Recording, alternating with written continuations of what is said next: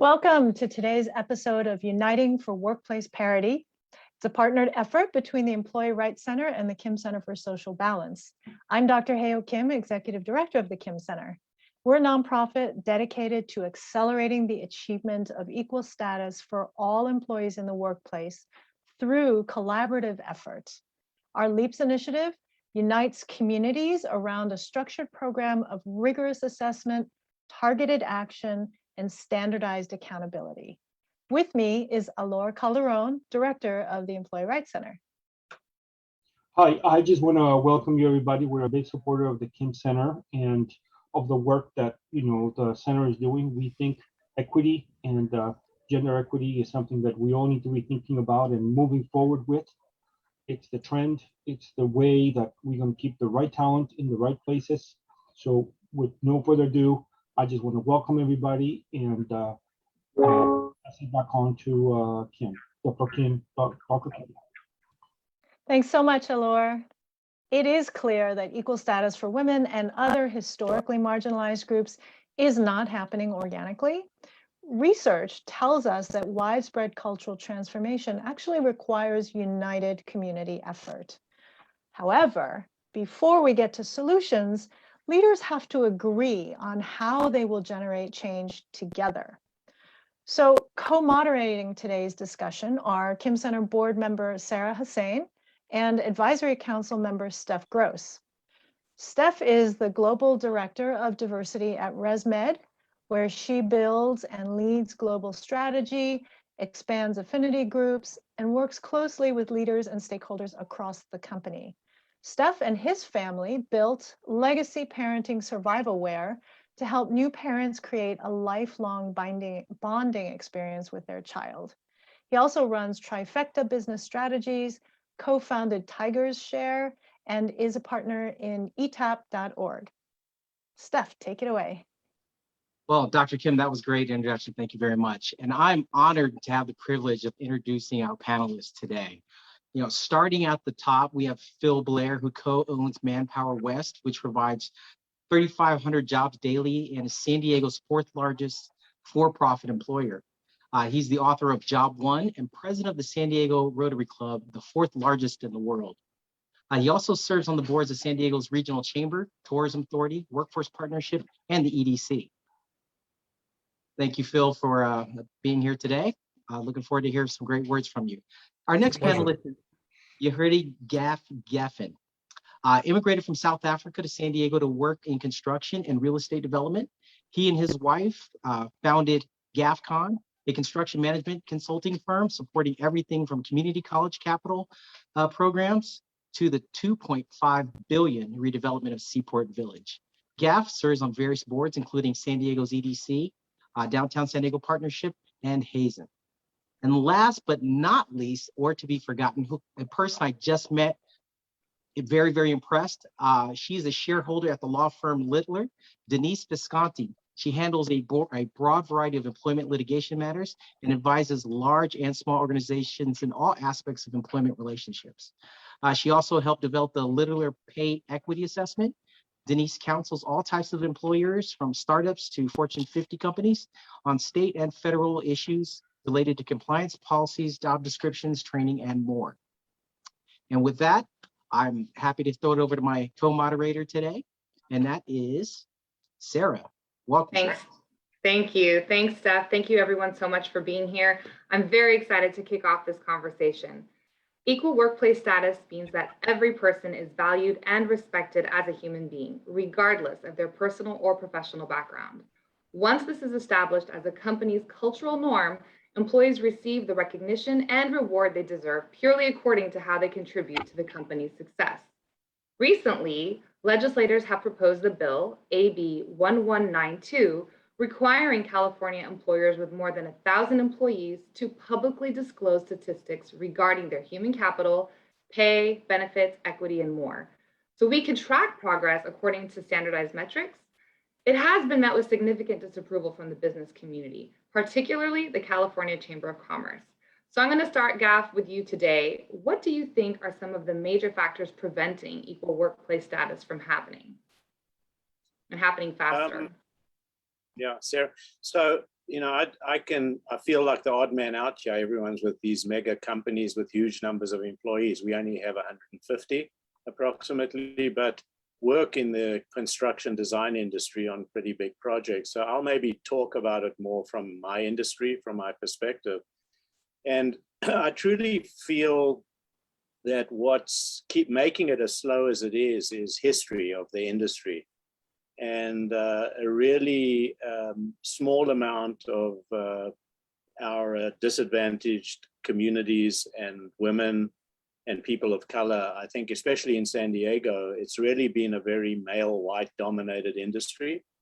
And historically, I think it's really what's driving it. And people obviously do business in the industry to reduce risk. And, contractors, a friend of mine, I asked him if he ever gambles. He said, I gamble every day because that's the business I'm in, right? So I think when you think of our industry and you think of construction, every contractor, every design firm provides a bid or a price to do work, and they then have to live by that price. So there's a huge amount of risk in terms of that ultimate completion. So to me, it's pretty obvious that people are going to tend towards people they've worked with in the past.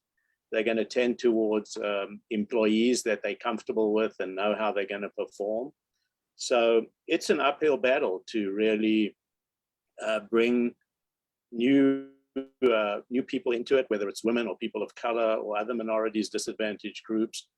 But I have to tell you that I'm seeing a tremendous effort out there right now to make that change and to attempt to change that paradigm as we go forward. But I think it is going to take time. It's becoming more and more important to clients, whether they be public clients or private clients. I mean, over the last few months, and I think it obviously started with all the stuff we've seen out there, whether it's the Me Too movement or the discrimination, the obvious discrimination. I think people are a lot more sensitized to it. There's a lot more focus to it. So we've been asked by private clients when we go and interview is, why don't we have more diversity on the team we're bringing forward, which has caused us to really sit up and think about it. But, me personally, I think discrimination is something that's as far from my DNA as it could be. I mean, I was born in South Africa, grew up under apartheid, was conscripted into the South African Army, which was the apparatus that really suppressed the local population. So I saw it firsthand. My family, I wouldn't be here had my mother not escaped from Eastern Europe, from the Holocaust. Her mother and father, my grandparents, uncles and aunts were all murdered just because they were Jews. So, for me as a person, for my wife as a person, it's really important to help bring people back and to not discriminate. So I hope that's answered your question. It did. Yehudi, thank you so much for sharing a little bit more personally about yourself. And I love what you touched upon in terms of history and the affinity bias that we bring, all of us, in terms of trending towards what's familiar to all of us and our relationship with risk. I'd like to ask Phil or Denise if you have any additional thoughts or opinions on what are some of the factors preventing equal workplace.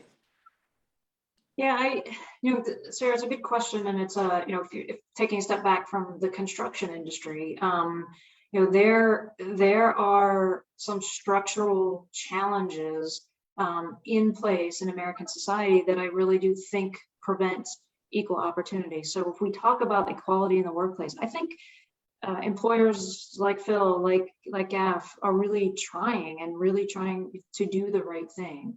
But if you don't talk about kind of the opportunity, the educational opportunities, the training opportunities that just aren't there for a large sector of the population, you can't get to workplace equality because we're not training the people. It's a long game, and I understand that STEM and other programs that are trying to bring more female, more people of color into traditionally underrepresented places and industries and occupations and professions. And I think that that's great. That's the long game, and we need to do more of that, because until we do that, until we train more people to to be hired, it's really difficult in some spaces and in some ways to find the talent.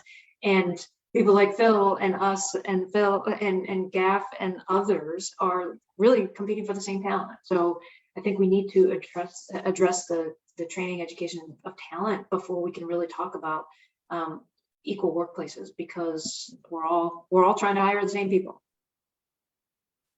Yeah, and you know, I'll add onto that.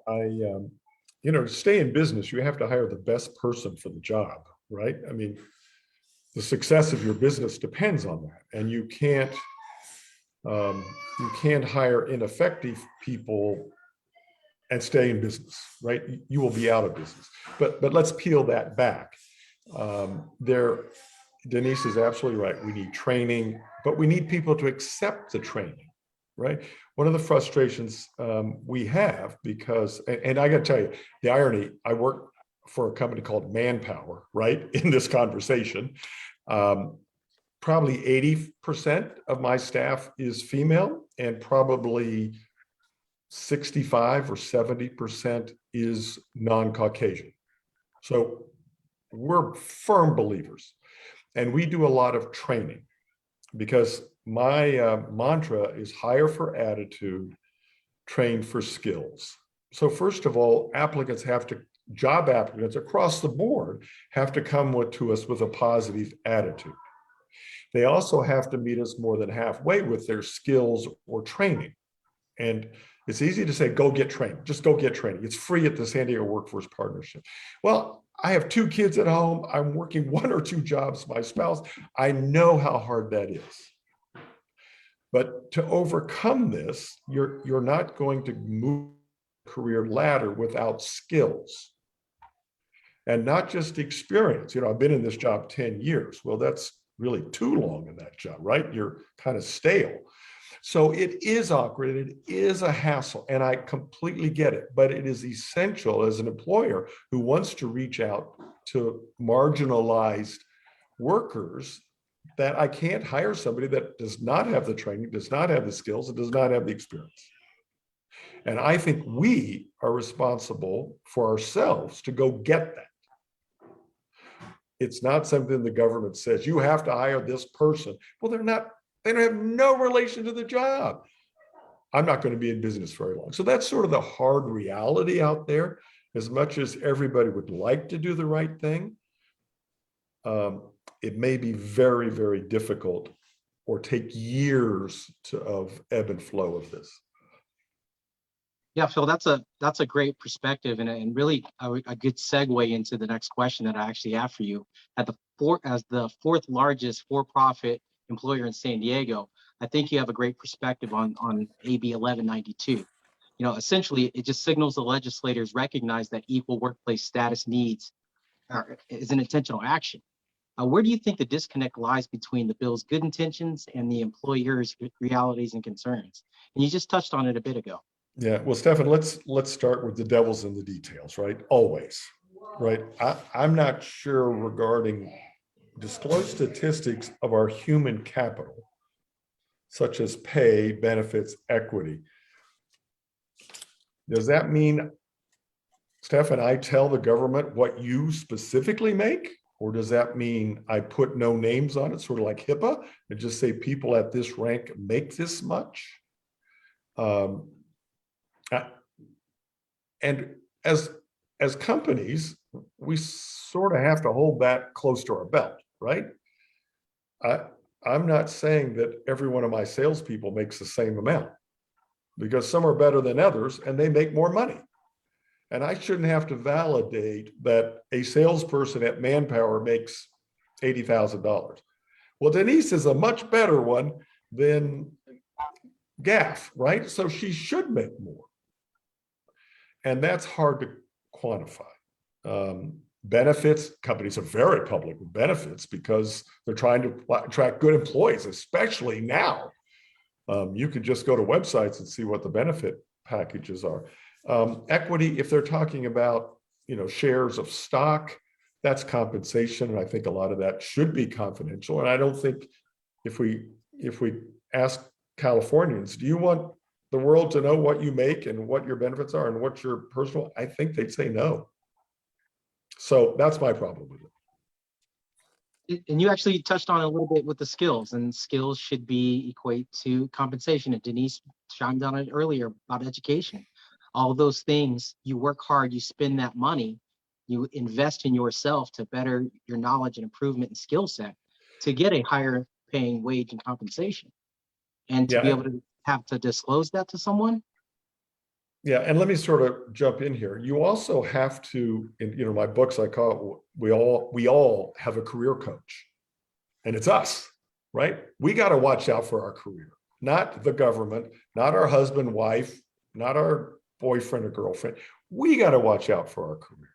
So when I have gotten this certificate or I have gotten my MBA, it's up to me to go, boss, look at this. I can do more. And when Mary gets promoted, because she will, she's doing a great job. I want that job. I want to be considered for that job, right? Don't make your boss wonder if you want a promotion or wonder if you want to move to another department so your resume is more diversified. You're in charge of that, right? And so we have to own that. Too often, I'm interviewing somebody about a job and they go, oh, I couldn't go for that. Yes, you can. And I don't want to be sexist here, but women especially still to this date undersell their abilities. Men oversell them, right? We can do any job, anytime, any place. We deserve double the money. Women are, there's a whole concern about standing up for yourself, selling yourself, talking in meetings, taking initiative with new projects, and being seen. And that goes a long way toward meeting these goals. I'll get off my soapbox.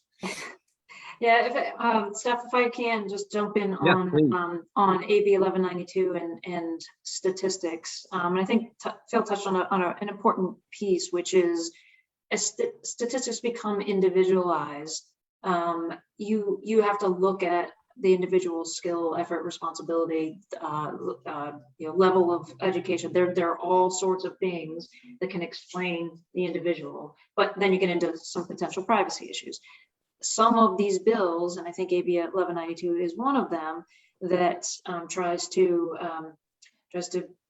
aggregate some of these statistics. And I think the more you aggregate statistics, the more you miss what's actually going on within the statistics, and it overgeneralizes. And then you're not actually comparing people who are equal or even people who are roughly similar.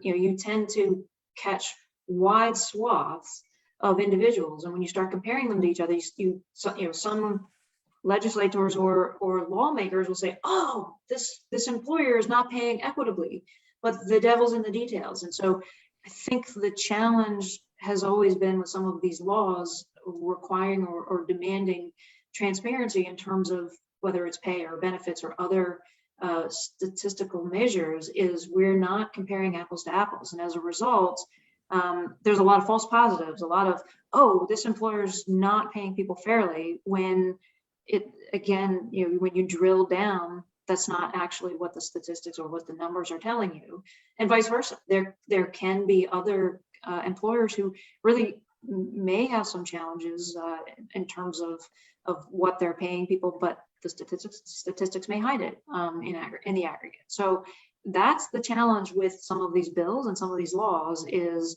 they're an imprecise mechanism to get at how do we make these workplaces more equitable. And that's the disconnect that the question called for. Absolutely. Both you and Phil hit it. Gaff, did you have anything to add to that? No, I think both have really eloquently stated the way I feel as well. I think to me, people who traditionally hang back, the effort we're making is to bring them forward, to do what Phil just said, to get them to speak up, to get trained, because we know they have the capabilities, but they just are reluctant to step forward, especially women. So, I mean, we're making that effort. And I personally feel really strongly. I mean, I love California. California. I came here from South Africa. I came because I thought it was the greatest state in the United States. Education was, I think, the top 5 in the nation. But unfortunately, California has just been slipping back. And I think this type of flawed legislation is what's really driving people out of our state, making it harder to do business here. And it really makes me mad, to just be frank. I think you've got legislators who are being pushed by special interests to do whatever the special interests want them to do. Most of them have never run a business. They've never had to make payroll. You know, I'm an independent. I'm extremely pro-labor. I feel I'm a progressive, but I run a business. So to some extent, you also have to have a certain amount of fiscal responsibility or conservatism, whatever you want to call it. And this is exactly the wrong thing to do. It's just stoking people's anger towards California, especially business people, to leave, because it's just a flawed bill, in my opinion. Great responses, everyone. Thank you very much. Sarah. Thanks. You know, I want to go back to what Denise was saying in terms of some of the challenges she articulated. Denise, employers are facing some very specific concerns that some of you have already highlighted when it comes to disclosing some of our pay statistics. What are your thoughts on what might legislators need to understand better when trying to mandate a culture of equal status? Yeah, it's a good question. I think the challenge with employers, particularly in California, which is it has to be the most litigious state in the country, or probably in the world. And when you juxtapose the requirements that some of these bills impose, some of these disclosure bills impose against the penchant for litigating and doing employers are really wary of providing any information about their workforce, any information about what people are making, any way that can be used and weaponized, literally weaponized against them. And between class actions and PAGA and all sorts of other types of pro-employee, and I'm not saying that people shouldn't be able to sue if they're not being treated fairly, but it really has become, the plaintiff's bar has taken the labor code, has taken some of the statistics that have been disclosed by employers, and have really pushed the envelope in terms of suing employers, and employers are gun shy. And they feel like everything that they do, everything that they disclose is going to result in a big class action lawsuits. And the real unfairness, I think, is I don't think that the employees are getting paid from these lawsuits. A lot of times it's the lawyers that are getting paid. And that's probably the biggest unfairness. If you talk about mechanisms, whether it's lawsuits on the one side or some of these disclosure and kind of trying to make sure that employers are as transparent as possible. The only thing that they're doing is getting lawyers paid, and I'm a lawyer and I love getting paid, but at the end of the day, that's really kind of the counter, or the complete antithesis of what is supposed to be happening here. And so I think that's the real challenge here is employers are really, really gun shy about disclosing information that is going to essentially result in them getting sued. I second that, and I don't want us to go off on a whole tangent because that is a serious issue, especially class action and PAGA, right? I mean, we have 10 to 12,000 people we hire a year, and imagine little things can go wrong, right? I mean, none of us are perfect. It is so easy for a litigator to file a class action and cost the company who made no extra money, cheated nobody. It was a clerical error, and cost them hundreds of thousands of dollars, and the plaintiff gets $1.39, right? Now, does that sound like I'm speaking from experience? No, a little bit. But or for 100,000 we'll settle, right? Because I really don't have a court case, but it's going to cost you that much to take me to court. So I don't want to get on that because that is a huge issue in California. And if we don't get that under control, a major CEO I was talking to back east said his philosophy on expansion is ABC, anywhere but California. Wow. I mean, that just hits you in the heart. right? Yeah. And it's because of these issues that Denise was just talking about. Yep. If I can just tag on to that a little bit, I personally feel the train's left the station. I think what we're seeing out there is there's a grassroots demand for diversity, equality, and inclusion. I just see it. We feel it. I think the COVID crisis has really made people sit down and just think about it. So, for me, the companies that are going to thrive and survive and move forward are going to deal with this. They're going to show that they're truly committed to it, and walk the walk, not only talk the talk, but show that their workforce is diverse. So especially in California, and again, and I think this question has been asked, or it may come up, what can legislators do? Stay out of our business, right? Let the industry, let business take care of themselves, because if you don't, you're not going to survive. It's like, I was reading an article in The Economist that said any country that leaves half of their workforce out of the equation is just not going to succeed long term. It just cannot sustain. So, it's what we've seen in Afghanistan, where, people have said what we did there was a complete waste. I think that seed has been planted. And I don't think women are going to stand for being marginalized the way they were done, what was done previously. So in my mind, I'm seeing it firsthand. It's happening every single day in our workforce. I think communities and organizations like this and the chamber needs to start banging the drum, showing what's happening, and building that consensus around the leadership, the thought leaders in the industry. Well, Gaff, you were speaking about the ancillary businesses like, the Kim Center and the Chamber and such, but what do you think that the legislators themselves can do to support you? Is there any type of, incentive that legislators could offer employers to promote cultural transformation? So, my first reaction to your question is stay out of our business, right? Make it easier to do business in California, right? Send the message that California is open for business, not what this bill is trying to portray. So that's first of all. I will tell you this, that in the public sector, and about 50-60% of our work is in the public sector, there's already significant oversight in terms of the makeup of your workforce. We have a very robust prevailing wage monitoring group that really monitors prevailing wage out in the industry, and it also looks at the makeup of the workforce. So, the public sector is doing it. It's happening out there. So, to me, don't make it more difficult. Just encourage those programs that are out there right now to diversify. So that's my perspective. So you think legislators can reinvest in the programs that are existing and do a better job at that than instituting a new 1192? Totally Yes, makes sense.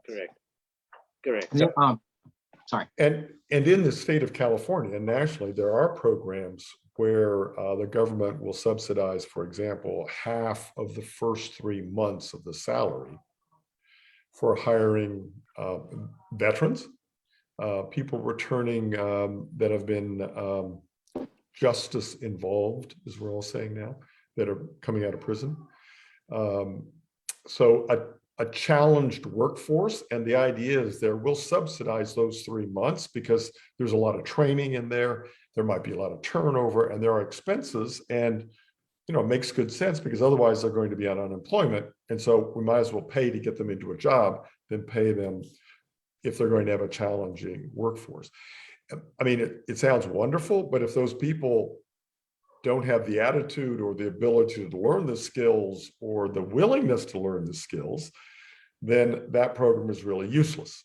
So it really comes down to that the employee, making themselves available and getting the training and working hard and impressing the boss, whoever that might be. So there are some of those programs, but again, they have to meet us at least halfway, right? Which would be an alternate way for them to get the data that they're looking for if you take that approach by helping the individual And then AB 1192 can be satisfied at a certain level through that data. Yeah, that makes sense. Denise, well, did you have something on that? Yeah, I was just gonna add to that. It's really the difference between a carrot and a stick. And right now, AB 1192 and some of these other statutes are it's really a stick for beating employers into compliance. And I think we're all agreeing that it's not working. And so instead of doing that, spend some of that money that they're spending on enforcement on encouraging, rewarding employers who are doing the right thing, because there's a talent war out there, and I'm sure we're all feeling it. Employers are going to vote with their feet. And so if an employer is doing the right thing, incentivize them to do it more. And I think that some of this will, you're right. I think that as part of that program or part of that incentivizing good behavior, the government could, or California, whoever it is, could obtain some information about compliance, and they get to the same place. But what they really get is employers really incentivizing employers to comply, as opposed to scaring them. If they do comply, they may end up in jeopardy. As we examine all this and we have all these ideas and different, potential mediums of moving forward, Denise, could you maybe share with us, what do you think employers can do to improve communication with legislators, maybe share these ideas or alternate solutions, and what are some of the incentives to do so? Yeah, I don't think there's a lack of trying. I do think, and certainly we do it, as do other organizations like ours. And I'm sure Kim Center and some other nonprofits are doing it. We have these discussions with legislators, but we do also find that employee groups and employee-friendly groups have a very hefty lobbying presence in Sacramento. They really have a powerful sway over legislators, and until that's more balanced, I think some legislators will entertain some discussions with employers, but really, if legislators would entertain some of these conversations with employers and get really a good understanding of what employers are trying to do and figure out how to help facilitate doing it better, whether it's D&I programs, whether it's improving pay equity, whatever it is, have those conversations and figure out how to incentivize employers to do it better. We're all going to be in a better spot.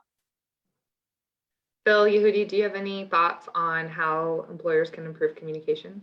Yeah, I have this concept that I sort of call, there must be something we can agree on, right? I mean, whoever promoted the bill, 1192, I mean, I'd like to sit down and say, because there's archaic laws out there that have been there for a long time that employers are still living under, that legislature, we're making you do that? And that seems like a 25-year-ago thing. Yes, you are, right? And I'm here to bring it to your attention. If you'll carry the legislation, who could oppose this? Right? And once you get a couple of those, then you build on another one and another one.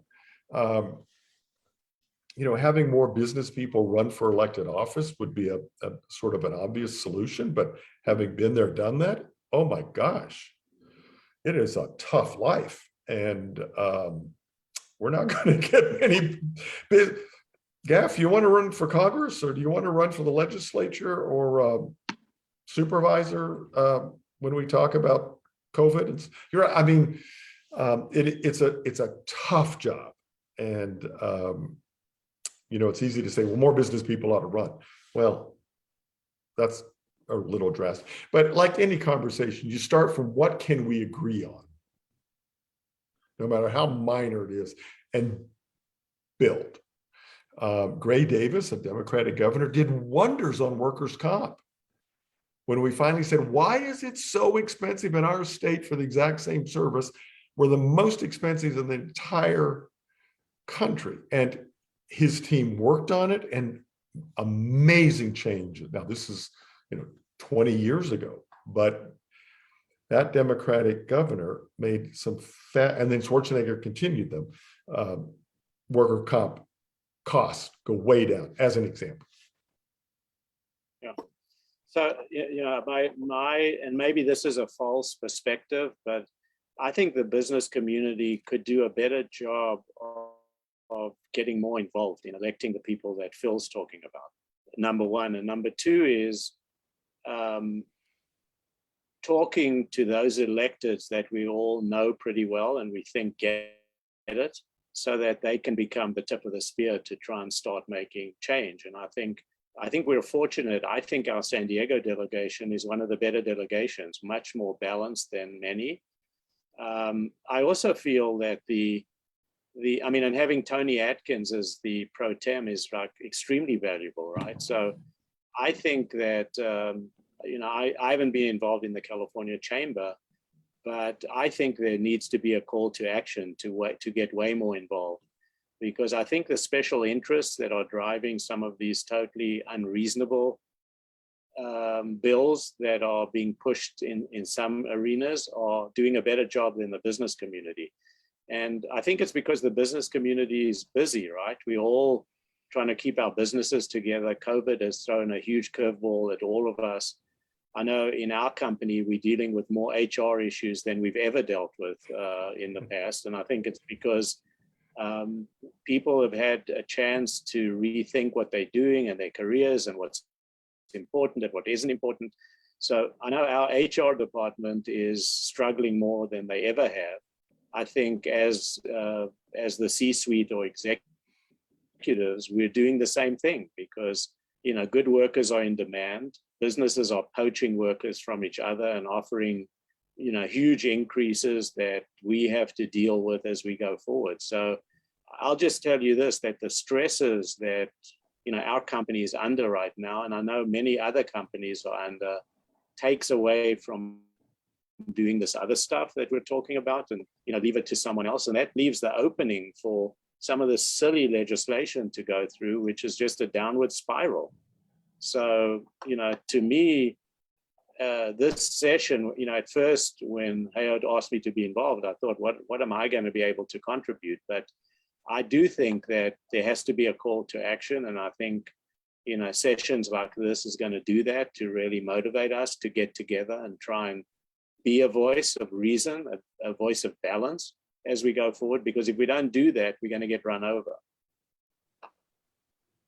Yeah, I think that makes total sense. And, it's inch by inch, right? When we talk about where's our stretch goals, where are our short-term goals, how can we start moving the ball down the field and just getting, progress. And the Kim Center designing the LEAPS initiative just really seeks to benchmark progress of organizations that work on workplace status and equity, every 3 years.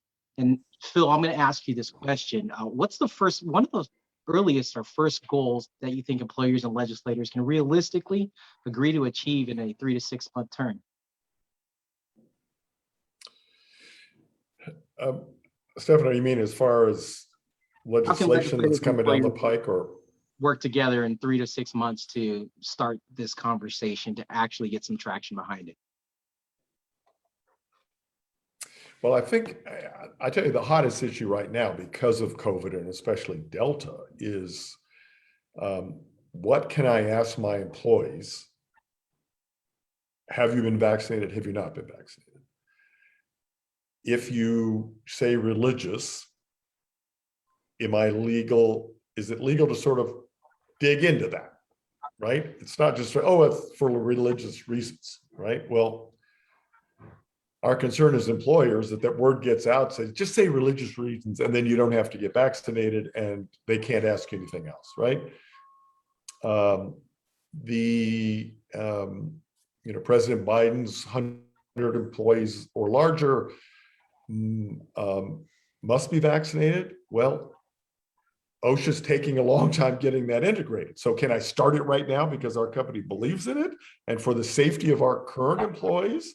Or do I have to wait for OSHA rules to come out? Because if I do institute and OSHA comes in weaker, then what am I going to do? Again, one of these suits coming up. So I think government needs to be very clear that says, if you do this, you cannot be sued. These gray areas make us crazy because poor people like Denise, we go and say, Denise, yes or no, can I do this? Well, right? The legislation's not real clear. I don't mean to fault you, your business, Denise, but they're in a situation because, well, the legislation isn't really clear. It makes sense, and you probably won't get a class action. But if attorney finds out and gets 3 employees of your, and then you go, well, then now what do I do? Right? So I would encourage very clear direction from any governmental level to businesses, and ask our opinion before you institute it and instigate it, right? Because we might go, but, and they go, oh my gosh, I didn't see that coming down the pike, right? So I would just love a legislator of this to call some businesses and go, how do you think about this, right? Could we do something like this? And I think that communication, so we don't have to keep going after the fact and try to kill something, but maybe we could be involved and come up with some policies that are really kumbaya.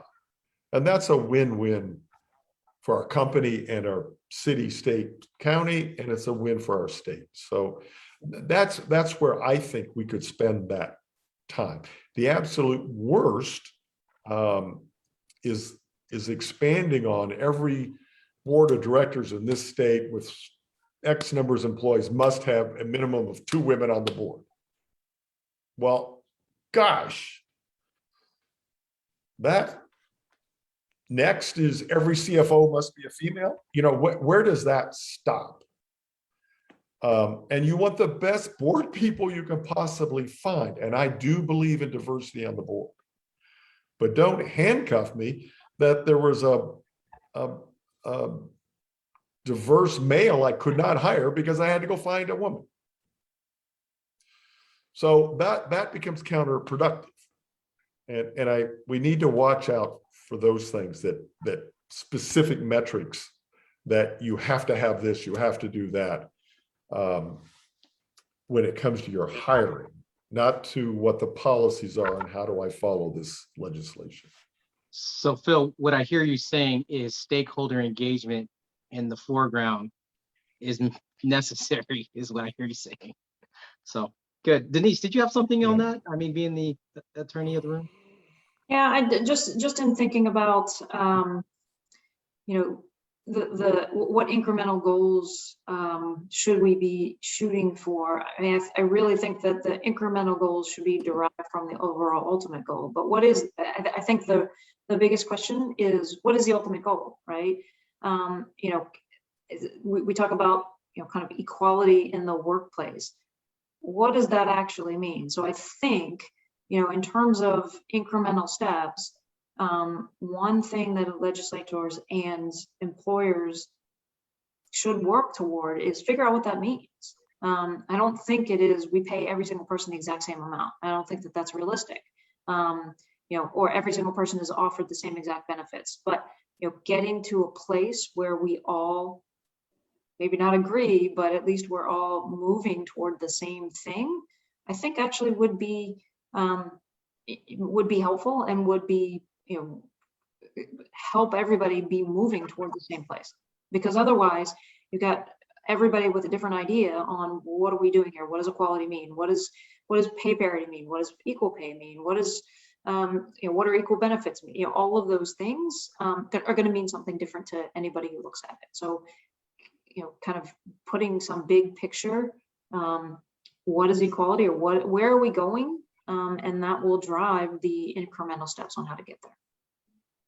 Yeah, I don't want to, I don't want this comment to be taken as that I'm not for DEIR, but to Phil's point about the workforce and being forced to do something that takes away from the mission of what you're trying to do.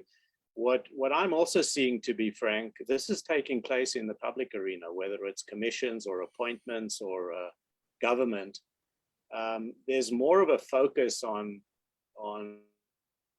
diversity, inclusion, and equity than on picking the right person for the job. And I've seen it lead down very, very bad roads because some of these people who get appointed are also put in there as stooges. I'm sorry to use that word, whatever it may mean. And then they're there to do the agenda of the people who got them put in there, and it detracts from the mission of the organization, of the commission or the board or whatever it may be. So, I totally agree with Phil that making this prescriptive, that you have to meet certain criteria and guidelines, just misses the point. I mean, hold people accountable. I think the cream will rise to the top, but don't make it prescriptive. And, getting back to 1192, our concern is, okay, let's say we give you all this data. You haven't told us what you're going to do with it, or how you're going to sift it, or how this is going to come back to bite me, right? I mean, if it was, we need to accomplish X, and to do that, we need a lot of statistics. Okay, right? If we agree we're going toward this, and we need to do that, okay, now I know. But just to ask for this, and then all at once, there's power in having these statistics and numbers. And what are we going to do with them is a prime concern also. Yeah, that's all great feedback. Thank you for the answers to all of our questions. I learned, I'm all constant and never-ending learning, right? And I learned a lot from the three of you already, and including Sarah. So thank you for that feedback. Did we have any, Sarah, did you see any questions come through the chat from the public or anything? Not yet, no. So please, if you're on the line, you have any questions you'd like to ask of any of the panelists, feel free to put those in right now. We've got about 10 minutes left in this session. I do want to add, while we're waiting for some questions to come through, Yehudi, I really appreciated your comment right now about some of the challenges in the inclusion and diversity space that businesses have. And I can tell you, as a D&I practitioner, I worry about in 5 to 10, 15 years when we look back at what's being done, because the idea is to expand the pipeline. The idea is to make sure that we're sourcing strategically, that we're equitable in our process, right? There aren't biases in how we're sourcing talent or finding talent. And I believe, Denise, you used the word talent war. There is an immense talent war right now, and immense poaching happening from company to company. And so I really hope that businesses are really mindful about expanding their pipeline, as opposed to, like you said, putting someone in there because of a diversity goal, that'll actually do harm to any sort of inclusion building and diversity fostering initiative that a company is trying to implement and build. We do. We because... had an interesting dilemma. Sorry, Phil. No, we had an interesting dilemma. We had an interesting dilemma. We had a client look at our website and point out, I don't see any diversity and inclusion on your website, right? And we hadn't even thought about it. I mean, we placed a lot of attention to it, but then we had to decide, do we change our whole website and, try and make it look like we aren't who we are, right? Which led to a lot of internal discussion. And I think it's where I met Hei-ock, because we were exploring how to deal with these questions, right? And we've decided to pretty much keep it the way it is, but it's raised the consciousness significantly, or our consciousness has been raised, but it brings up a lot of issues and questions with it. Yeah, and I anticipate more questions. No, I anticipate more questions will be asked. I think a lot of businesses are at the beginning of their inclusion and diversity journey. And I believe it was you earlier who just said, society is shifting, and we are going to see a new generation enter the workforce, age disruption, different mindsets, social evolution. New generations are looking about how socially conscious are you? How are you showing up in this space? So it's great questions that businesses get to ask and strategically analyze together. Well, and it's an interesting question in the D&I space right now, which is, what are we telling the world about who we are? And I think there's a lot of introspection about, do we feature our diverse people on our website? Do we change the photos? Do we change the language? Do we, and then is that true to who we actually are? Then they hire women or people of color, who arrive and find that the 3 people on the website are actually the only 3 people of color in the organization. And, that's kind of disingenuous. So, asking these hard questions and being introspective, I think is really, is really a good first step to thinking about, DE&I and where you are on your journey, and be true with yourselves, but also be true, to how you're projecting to others. And if you are on a journey, update it as you progress on that journey, not create something that you really are, or create the perception of something that you really are. Yeah, and to that point, we still live in a perception-based reality. And as employees are coming to look for those employers, they are looking for exactly those things. The first thing they look is the landing page. What does your company represent? And who is your company representing and putting face forward? And so that makes a determination of that talent that Phil's talking about. Does that talent say, okay, there are no minorities here whatsoever? Now I have to go into that situation and environment. I have to overachieve and prove myself more so than my counterpart who's getting paid more, right? Which is the whole crux of this conversation in terms of pay and equity. So those are all good things. Denise, you were saying something? Yeah, no, and Steph, I think,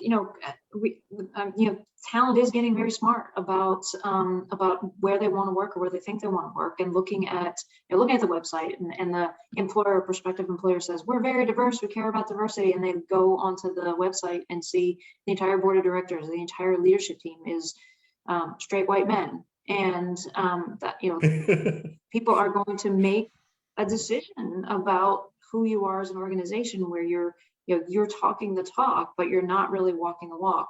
And I think back to Gaff's comment about not being prescriptive.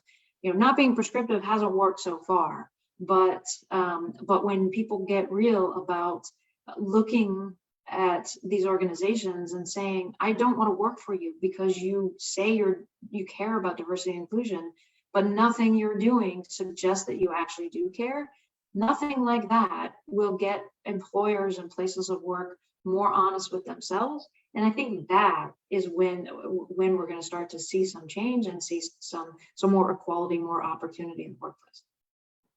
Hey, thank you for that. As we start to wrap up, I really want to hear from Sarah. I got one last question before we start closing questioning, and that's about the SEC, who already mandates human capital disclosures. Although there are very few rules that are prescriptive there. How is that different, Sarah? How's that different from AB 1192, and what are some of the challenges that companies might face if they are going to start complying?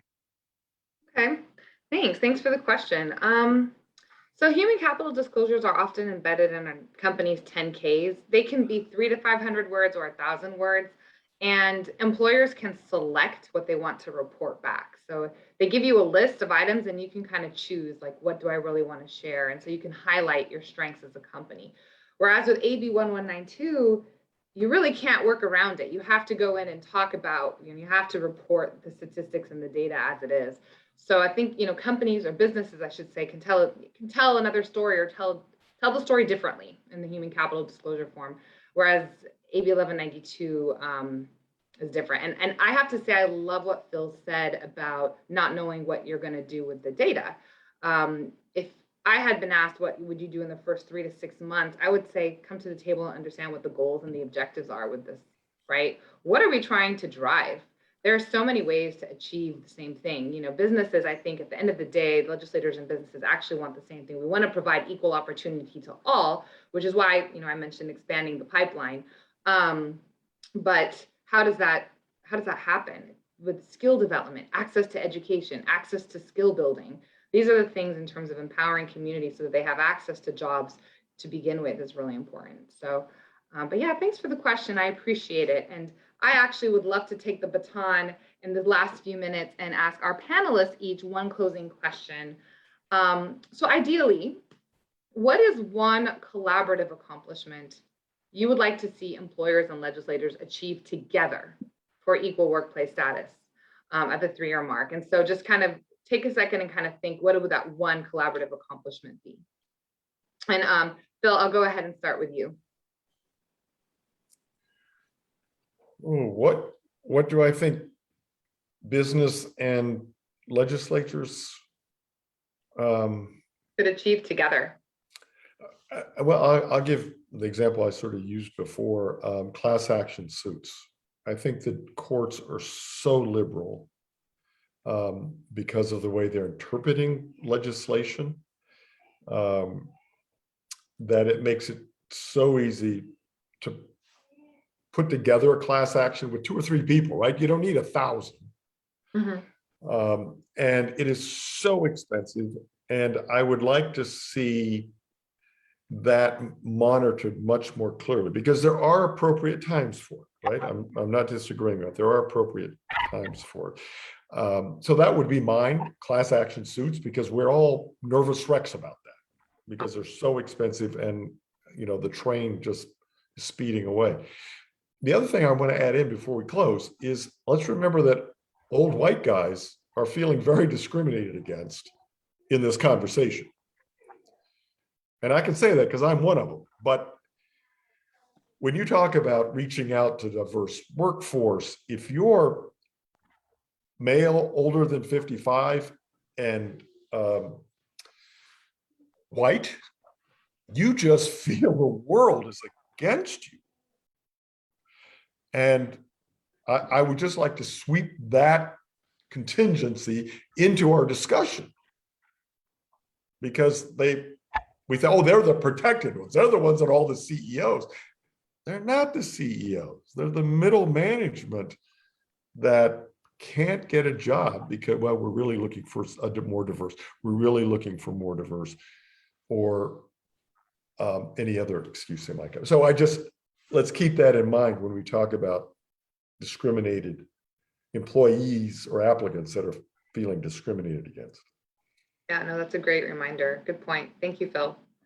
Yehudi, would you like to weigh in on the, thank you.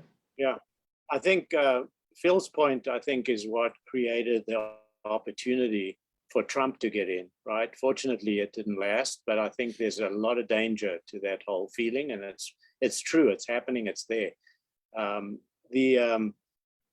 But to answer your question, I think if I were to say one thing, I would say, and I'm going to bundle 2 things together, but first of all, it would be to celebrate those companies that are making progress in this area. So to work with legislators to provide a platform for those companies to be really recognized, because I think that'll show them as leaders and show them as role models and maybe set the tone. But I think concurrently with that, the collaboration should be along the lines of legislators. What can you do to make it easier to do business? Like Phil spoke about, those regulations that people don't even know are there, that are really making it difficult. Let's try and strip them away. Let's try and work with the legislators to make that easier and celebrate that as well, because perception's reality. So I think if we can start showing that happening, I think it may change the conversation out there. Denise, last but not least. Yeah, I mean, just to build on what Phil and Gaff have really already said, I would say, you know, some of this does require some collaborative conversation between employers and legislators.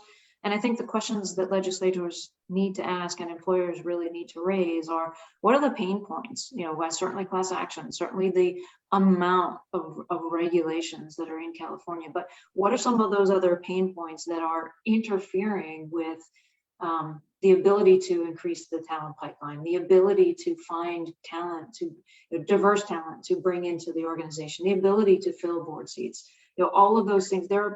Every organization has pain points along those lines to really understand and then work together to try to resolve, figure out a resolution to reducing those pain points, because that, you know, is really going to move the ball forward, is really going to enable organizations to really fulfill their missions and to be more diverse and equal in the process. Outstanding. Well, on behalf of my co-moderator, Sarah Sain, and I, thank you, the 3 of you, very, very much for answering some tough questions and starting the conversation. Hei-ock, if you'd like to take us out, we'd greatly appreciate it. Thank you all. Yes, thanks to all of you, as well as thanks to our moderators for leading such a a great, insightful, meaningful conversation. I appreciate everyone's candor.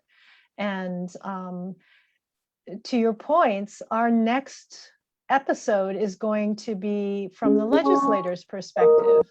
And we're going to have them comment on some of the things that you've said and then present concerns on their side as well. And then the episode we have in November is going to be bringing employers and legislators together so we really can answer that question of, what is next? And Denise, I definitely appreciated your perspective of saying, okay, well, our first goal probably has to be identifying what the goals are. So I hope our audience will join us then. The next episode will be on October 19th. Thanks to everybody who is here today. And I see that we had some absolute last minute questions, which we will direct to the panelists and then provide those responses in Facebook in the comments. So thank you again, everyone. And I hope you will add more questions or your comments and share this post. Have a great day. Bye. Thank you, everybody. Thanks, everyone. Bye. Thank you.